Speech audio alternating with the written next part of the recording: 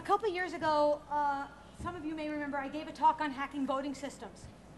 And it was while we were hacking the voting systems that we came across a question for which we just didn't have an answer. And the question is, if these voting systems are such crap, and they're so easy to exploit, everywhere you throw a dart, there's another exploitable vulnerability. Why is it that there hasn't been a single documented case of voter fraud because somebody has exploited one of these vulnerabilities? There isn't one case, and we looked. So we started thinking about this because this isn't right. It's not like US elections don't matter. It isn't like there's not a hell of a lot of money going into this. So if you had $100,000, would you pay for advertising or hire somebody to make the election go your way? And nobody's done it so far. So the only clue that we had, the only difference between a voting computer and any other type of computer is the fact that these systems are available to the public about 3 days a year. In other words, people haven't had time to learn them. So this makes a great hypothesis, but I'm a scientist. And you have to test a hypothesis. So what I'm going to talk to you about today are the results of my trying to test to see whether or not this works, or whether or not this hypothesis was actually correct. Now, I don't know how many of you write software or how many of you are software engineers, but the whole idea of software reliability, finding bugs and fixing bugs, has been at the center of software engineering pretty much since the field has began. The bug life cycle is highly predictable. This graph is from the mythical Man Month. And if you know anything about software engineering, this is the Bible. In 1975, when this book was published, Brooks came up with the idea that when you release a piece of software, it's got a lot of bugs in it. And some of those bugs are easy to find. And those easy to find bugs get found really, really early. And then you fix them, and then they get a little harder to find. And you fix those, and they get a little harder to find. And eventually, the curve gets pretty low, and at that point, you know your software is fairly reliable, right? Bugs are overwhelmingly discovered really immediately after the software is released, and then the curve drops, right? And this is remarkably stable over time. This graph is from 2008, which is 30 years after the publication of the mythical Man Month, and it shows exactly the same phenomenon. The actual numbers of bugs found were higher than Brooks predicted they would be, but the curve is exactly the same. So even if we can't fix the bugs, we do know that this aspect of software defects, this is well understood. But, you know, we're security people, right? We don't really care about bugs per se unless they become vulnerabilities that we can exploit. So here are some, just a list of some conventional wisdom, some assumptions that we all make. The first is that vulnerabilities are bugs, right? They just have really, really nasty side effects. The second really common assumption is that if we reuse software that's been out for a while, software that's been tested and has had a lot of its bugs removed, that makes the system more secure, right? It's new software that introduces new bugs. And the third assumption that we make is that if we can just improve the quality of our software, then we'll make it less vulnerable. If we can use the perfect type-safe programming language, and if we can find the perfect compiler, if we can just build those, then we'll have secure software, right? Well, no. This is what we found, that at least not in the early part of the life cycle of a product or a release of a product. This doesn't seem to apply. So here's what we did. We looked at a bunch of vulnerabilities, and we looked at just the early life cycle after each one. And in a nutshell, what we found is that there's this honeymoon period. It's immediately after release, software has this little bit of time that protects it. And this is going to have some really important implications that I'll discuss later on. So it actually looks like this. Instead of the way that the bug life cycle looks, with the curve starting high and then dropping down, the curve actually starts really low and speeds up. Low-hanging fruit or not, easy to find vulnerabilities or not, software seems to enjoy some sort of protection from attack in the time immediately following its release. And that's what we're calling the honeymoon effect. So now I'll get into a few of the details for you. This is what we did. We collected 30,000 vulnerabilities and correlated them with all the major vulnerability people: BugTrack, Secunia, NIST NVD, OWASP. And then we looked at a list of the most popular programs, whether they were operating systems or server apps or user apps, and we ended up with 700 different releases.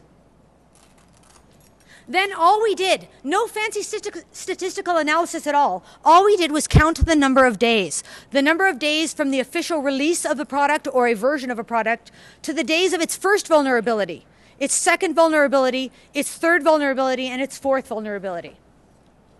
And that's when we discovered that at the earliest part, it seems to be safer here. So when I'm talking about a honeymoon period, this is what I mean. I mean that it's the time. I can't see your laser pointer. Could you use a brighter one? By the way, this is one of the co-authors of this work. This is Matt Blaze, professor at University of Pennsylvania. So the honeymoon period is that time from the initial release to the first vulnerability. But there was a rather high variance because different products, different developers release at different rates and fix at different rates. So in order to normalize the data, we use a ratio. We compare the release to the first vulnerability against the first vulnerability to the second. And if the time from release to V0 is greater than the time from V0 to V1, that's what we're calling a positive honeymoon. Okay? So I'm going to be using the term positive honeymoon and negative honeymoon a lot. If the honeymoon period is shorter than the time from V0 to V1, that's a negative honeymoon. Okay?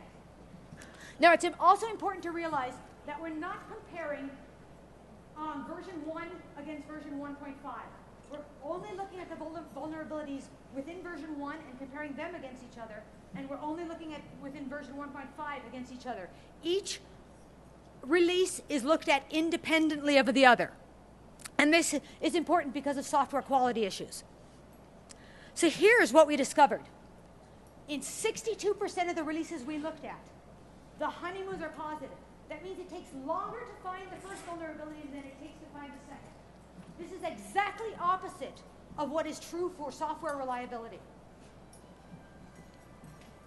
And not only that, the time it takes to find that first vulnerability, the median number of days was 110. That's a long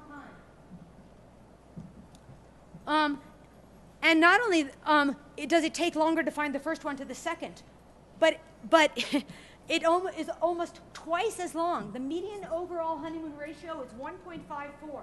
That means it takes almost twice as long to find the first vulnerability as it does to find the second.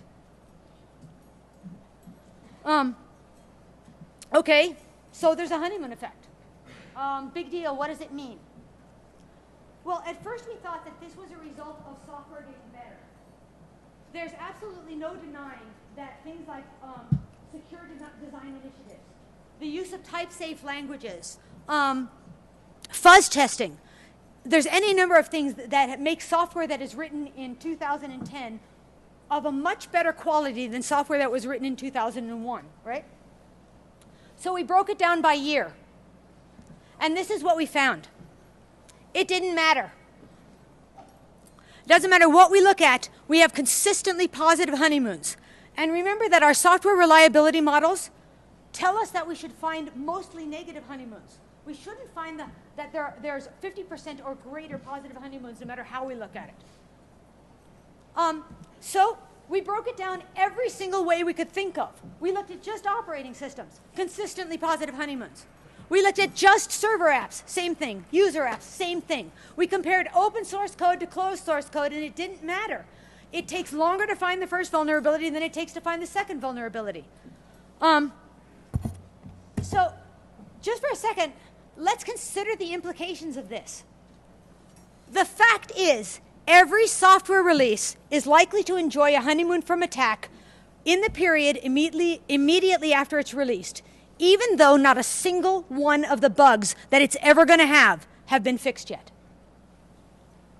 This is contrary to our expectations based on what we know about bugs. We'd expect that the newly released software is at its weakest.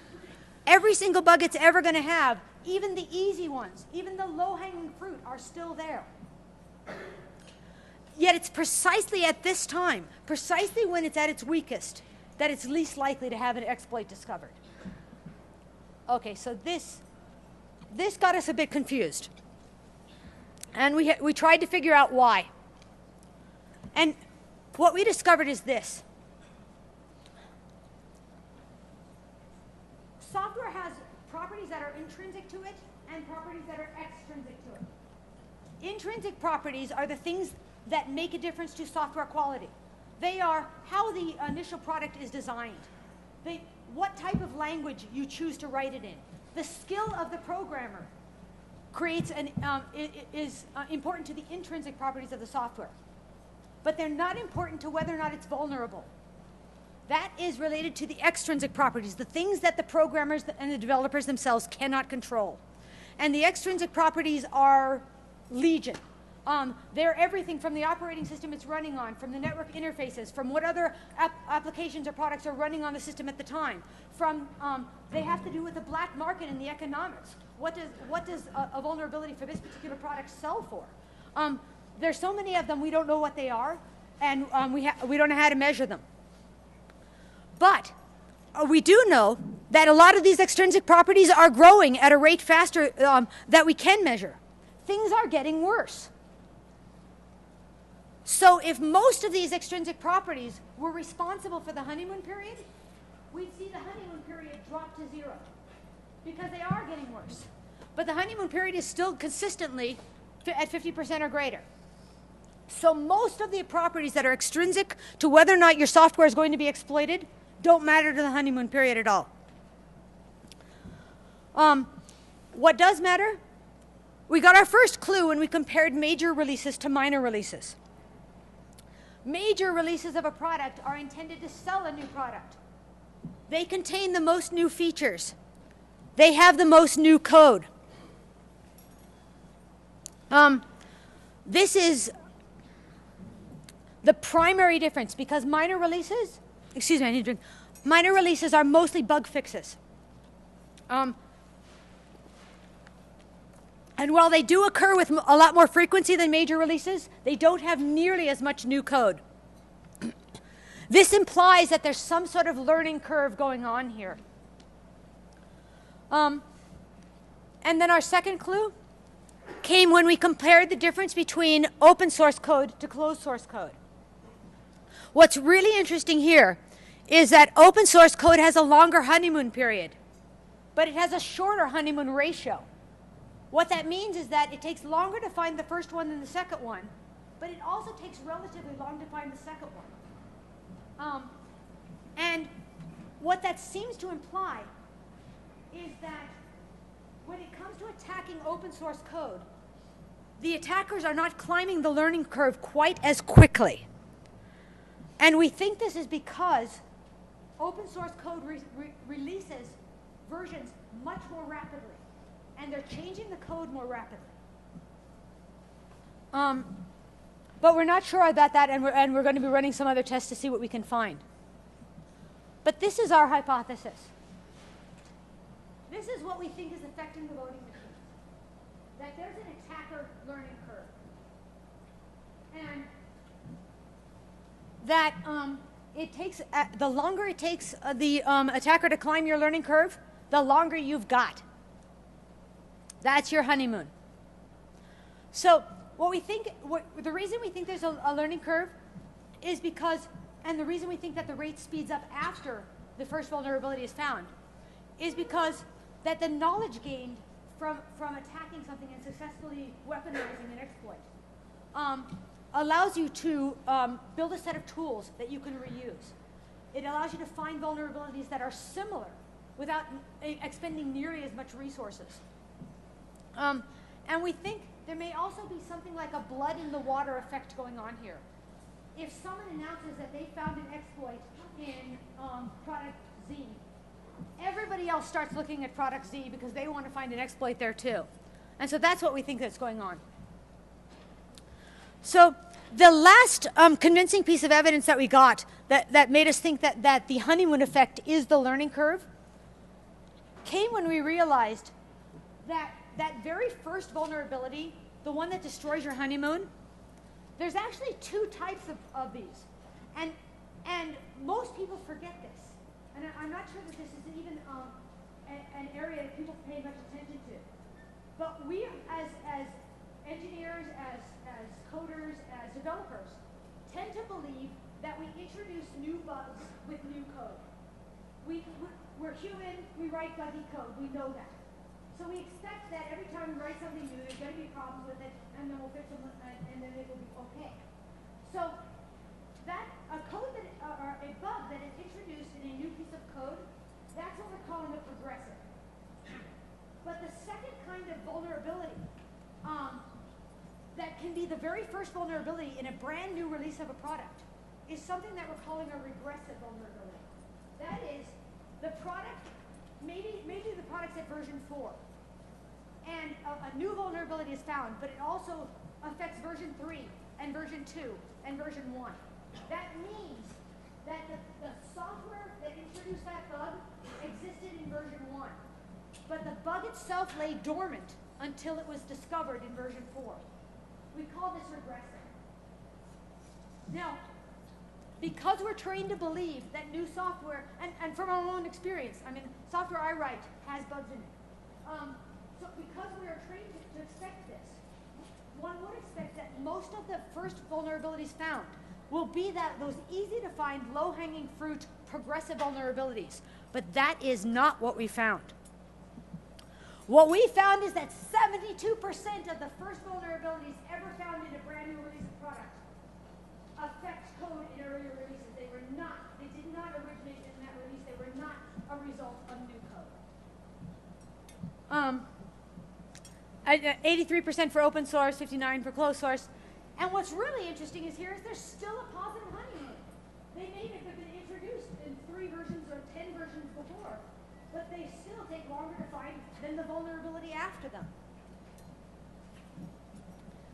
So I think what I want to say here is new code is better than old code, even if it's crap. Even if it introduces new vulnerabilities, you get a grace period, a safety period. And you get a significantly long, twice as long honeymoon period, the more new code you can get. So, new code is a driver. It forces attackers to relearn your system. It makes their tools no longer work. It makes them expend resources. It costs them time. It costs them money. It's exactly what you need to do to up your side of the arms race. So, early on in a product, extrinsic properties matter more than the quality of the software itself. And more importantly, the discovery of a new vulnerability appears to depend on how familiar the attacker is with the product. Software, even weak software, even insecure programs are protected by this learning curve.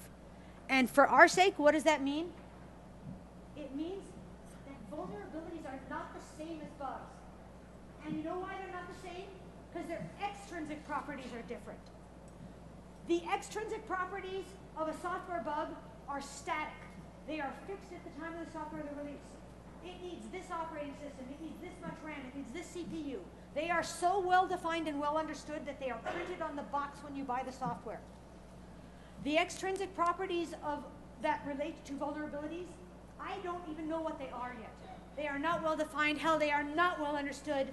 The security community hasn't even delineated all of them yet.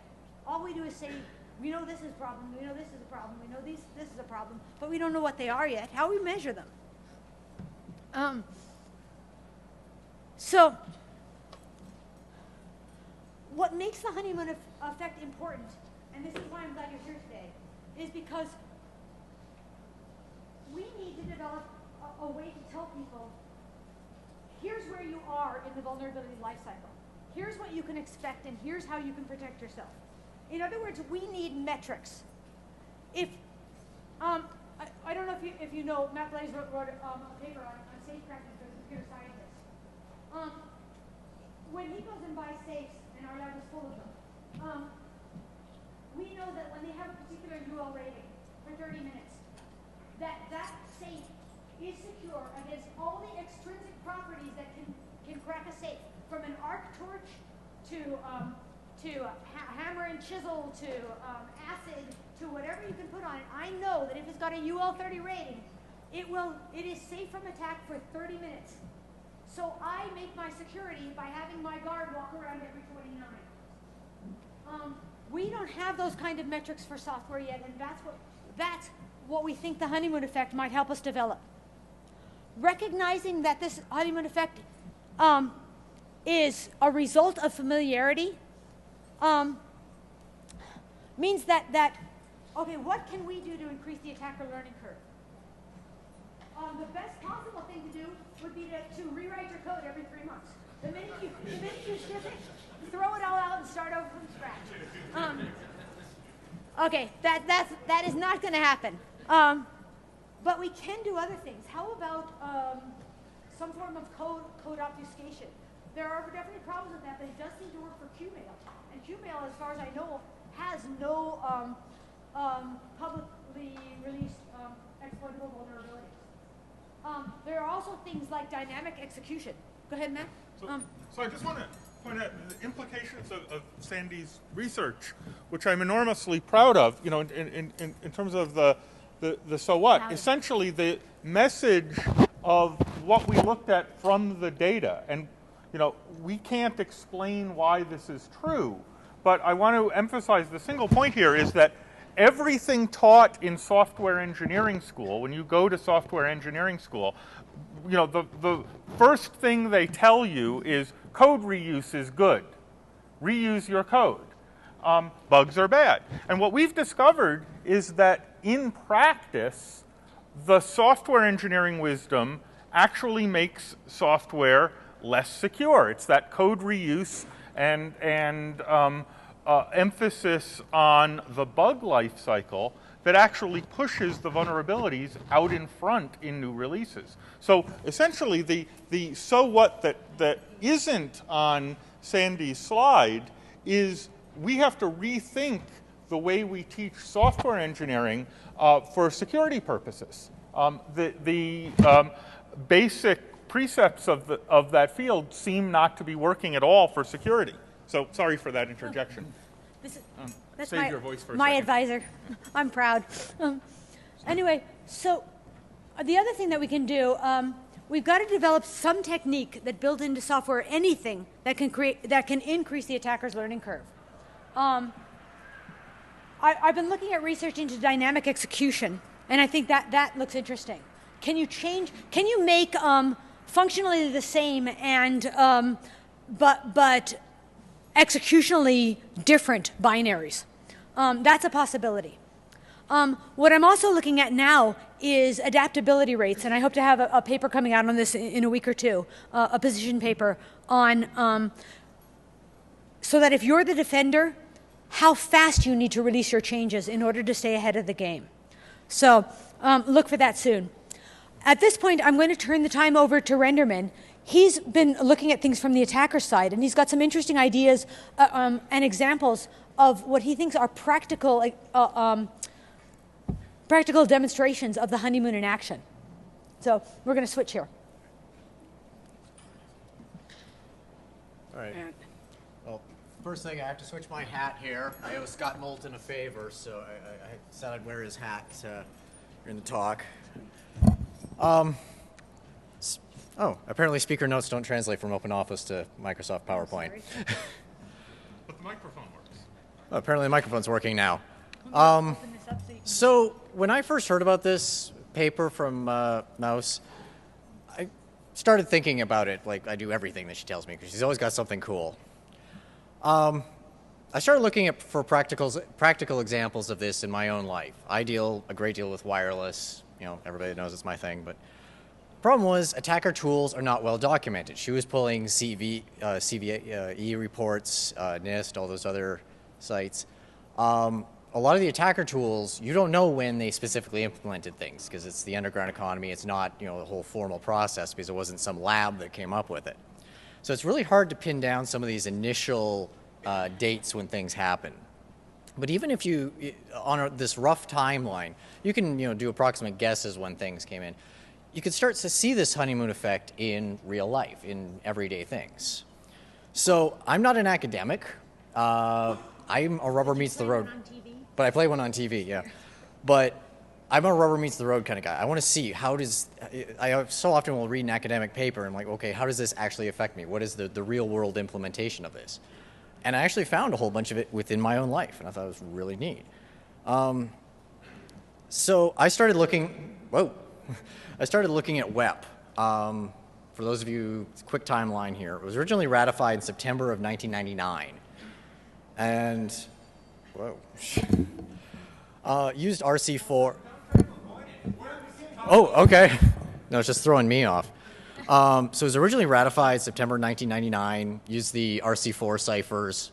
There was a first major cryptanalysis was 2001. August of 2001, AirSnort was first released. This is what most people consider the first practical web attack. Practical is in quotes because really it was like 10 million packets needed to be collected. It was like a whole day's worth of traffic, and even then it was kind of a shot in the dark. It was never anything that I ever found truly practical, but it was it was an implementation of the cryptanalysis. Where the rubber really hit the road was in 2004, 2005, when Chris Devine first released Aircrack. I can't find an exact date for its first release, but archive.org says it's about 2004, 2005, around December. Now, the interesting thing was the Apple Airport, released in July of 1999. This had a really high price tag. It was like over $500 when it first came out. The Linksys WAP 11 that came out in 2002 had a much cheaper price tag. About, I think it was about $100 off the start, and it's now down 50, and I mean, now you can get these things dirt cheap anywhere. And I'm thinking these are the wrong slides that you loaded up for some reason. I think I might be missing some slides here. So once Aircrack was released, features were added very easily. You know, ARP injection, chop. You had a framework to work with. So now attackers that are looking at WEP, you know, starting to poke and prod at this new thing that's, you know, starting to permeate the rest of all of our lives, starts picking up development. It's easy to now just add a new feature. Aircrack NG picked up development after Chris Devine just vanished. There's an extrinsic factor for you. You know, if your author just suddenly disappears, what are you going to do about it? Yeah, I don't have any of my timelines in this. I'm not sure what you got these other slides, but okay. I pulled them off of the key you gave me. Oh, okay. Weird. But by 2007, WEP is fairly idiot-proof to break. I mean, Spoon WEP came out. You know, it's included in Backtrack. There's a whole bunch of point-and-click WEP cracking apps. You know, it's now, you know, you can literally teach your mother to do it. Many of you probably taught your mother to do it. But it's interesting because by 2003, WPA had completely superseded WEP, according to the IEEE. They had said, WEP, we know it's got vulnerabilities, we got problems, don't use it anymore. So this is even before Aircrack came out. This is even before the tools, the framework started coming around. Fully deprecated in 2004. But as anybody who's doing war driving or any wireless analysis knows, it stuck around. WEP, it's the thing that would not die for the longest time. The PCI standards started banning WEP as late as 2009. So you've got this almost 5-year gap between when vulnerabilities were found and when it was finally dealt with within industry, and somebody was saying, you must change out this protocol or else you can't, you know, process payment cards. TJX was the exploitation that just kept on giving for guys in the wireless community. It was initially penetrated in March of 2005. This is actually just after Aircrack came out, but this is long after there was initial problems being shown. They didn't start their conversion until almost 6 months later in October.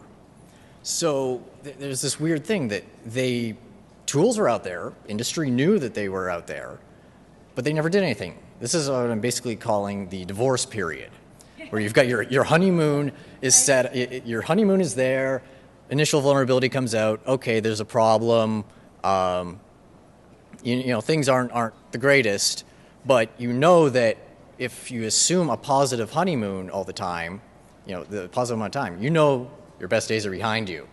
Suddenly, the next thing that's going to come along and probably put that nail in the coffin is going to be a much shorter timeline. This is where you need to start divorcing yourself from this problem software, thinking about maybe upgrading to the next version, or maybe even just seek counseling in some way of mitigating this problem. Your IT staff. Yeah. Always buy your IT staff beer and pizza. You know, I say this at so many like different conferences, but they're the guys that know this is the system that's like 3 versions behind, that's out of date. You know, it needs to be dealt with. That is like the best investment you can possibly make. So there's this long honeymoon for practical attacks. I'm talking in the order of years. You know, some of your data you were saying when we were talking before, you know, only had a resolution of 1 day. For Microsoft stuff, you could probably count, you know, the minutes. But on the protocol level, how do you change out, you know, 1 billion access points if suddenly the protocol is broken? You can't do that easy. I've spoken with the chairman of the IETF, who was actually on the committee for 802.11i when they were implementing WPA2. They were absolutely terrified of mass obsolescence. That's the reason that the first version WPA, the interim, used RC5, you know, RC4 that was already implemented on the hardware. It was something that they could just graft onto the existing stuff. You can't just suddenly gut 1 billion routers and just dump them in the trash. That'd be stupid. But it was something that you need to think about, get ahead of that curve. If you know that by the time that first point hits, it's only going to get worse, well, assume the worst and keep going. The cost of equipment is a huge external factor. If, you know, it's a $500 device, I'm probably not going to buy it and tear it apart and see how it works. But if it's a $100 device, that's easier to get past your budgets, get into, you know, throw it on the lab, take it apart. I mean, we've all bought stuff and taken it apart and wondered, okay, where was that warranty card? Where was that instruction to put it back together? But the framework, once you've got an existing framework like AirCrack, development just starts snowballing. But at the same time as that, you've got increases in adoption, increases in interesting places that start implementing wireless, bigger businesses, retail outlets, stuff like that. But you just know things are going to get worse. 1999 to 2005, WEP was considered suitable, though weak. You know, they admitted it.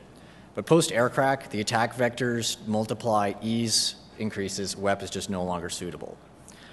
So you can look at other things like code reuse in these protocols, because, you know, like 802.11i is just an addendum to the whole, you know, wireless protocol standard.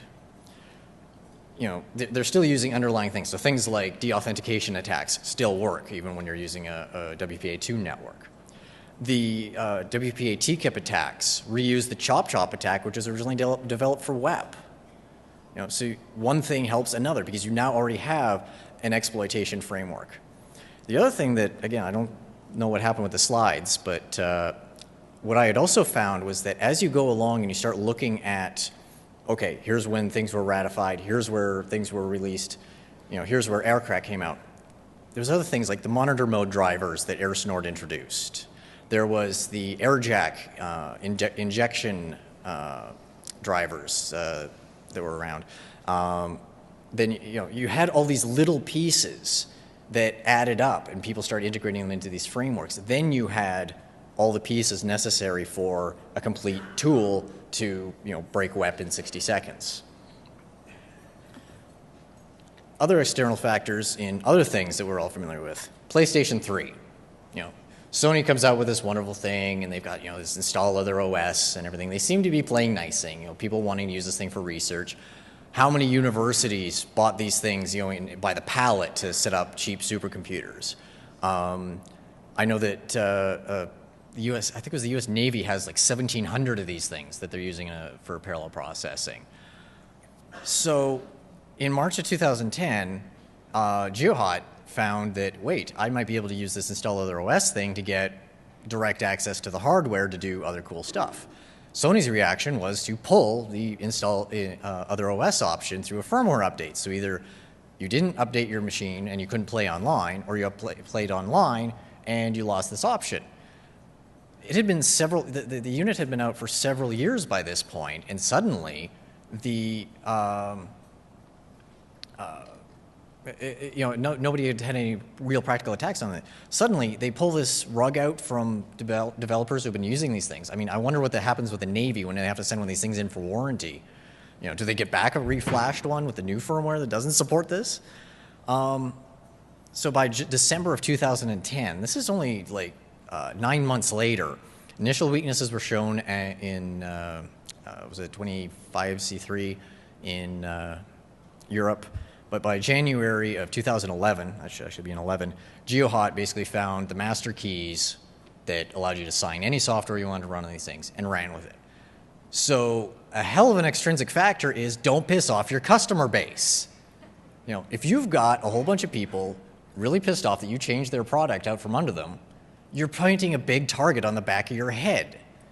So how many companies do you see that do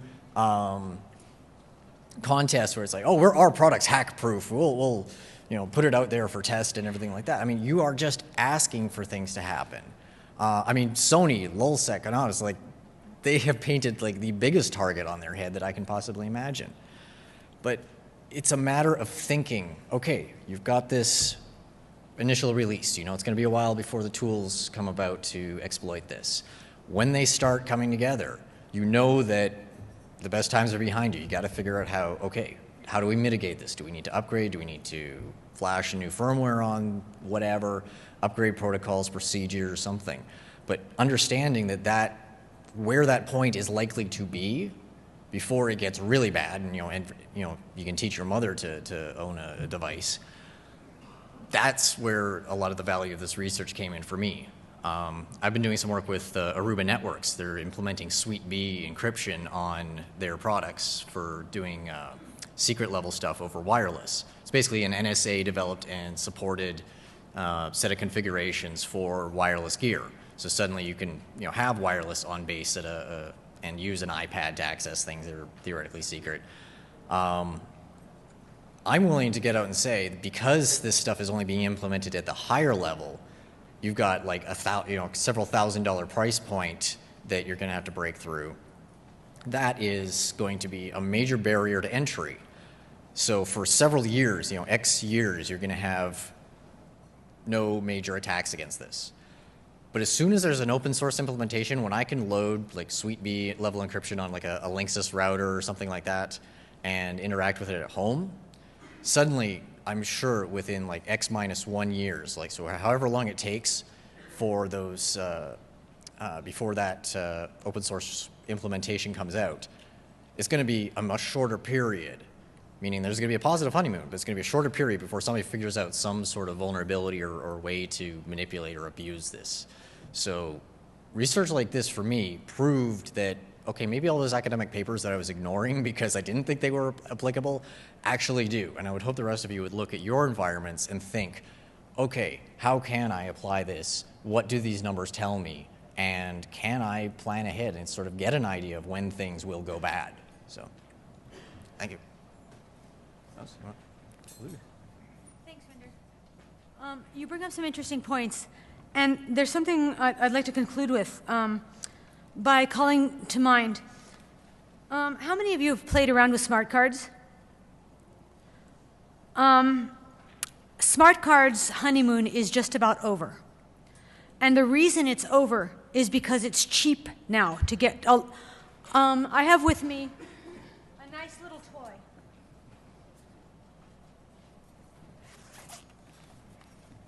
I have a 16-channel logic analyzer right here that I can plug all sorts of wonderful little wires into and stick the rest of them onto whatever device, whatever bus I'm trying to snoop. And suddenly, I have complete access to communication. I'm a grad student, and I can afford this. I'm a drunk hacker, and I can afford that. Now that hardware tools are cheap enough, hardware's honeymoon is over. No one can rely on cost or obscurity anymore. The entire economic environment, ecology, if you want to think about it in a biological term, has changed.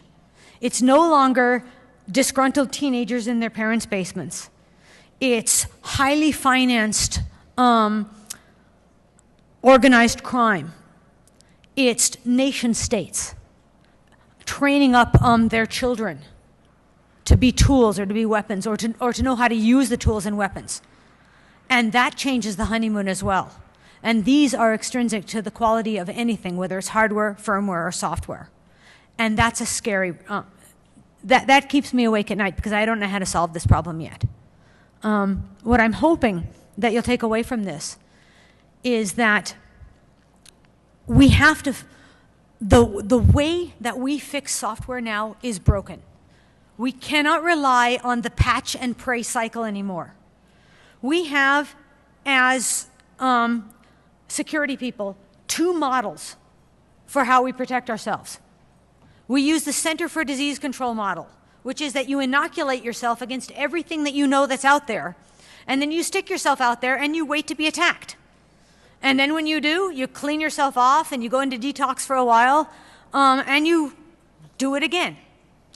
And the only other model that we've got is the military model, which is the castle and moat. You dig a huge moat around yourself and you put up really high walls, and you carefully control the ingress and you carefully control the egress, and you stick yourself out there and you wait until you're attacked. And that's it. We can't do that anymore. We're losing this arms race. Every piece of research that I could find, whether from anybody from Semantic to Security, anyone that, to OWASP, to Brian Krebs, to anyone that watches vulnerabilities and that watches exploits and that watches the marketplace, the attackers are winning this game. And it's because we patch our software and we fix our hardware the same way we fix our bugs. And we're not learning from that, and that's what we're going to have to change. So I really appreciate your attention, and I'll take any questions. So, thank you.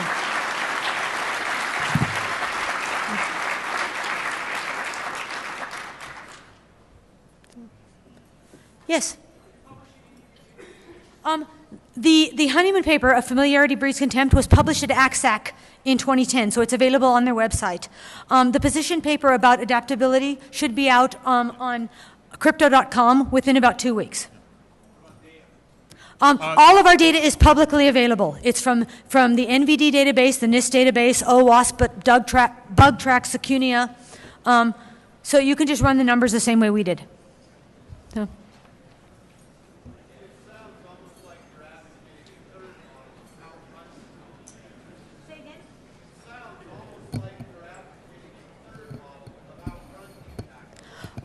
In a way I am, or at least run as fast as they do.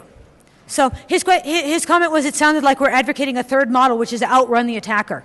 And that may be our only defense, because you can't win a defensive war anyway, right? All you can do is the best you can do is maintain a status quo. So, or at least stay inside your enemy's OODA loop, if any of you are military people and know that term. So, well, thank you very much.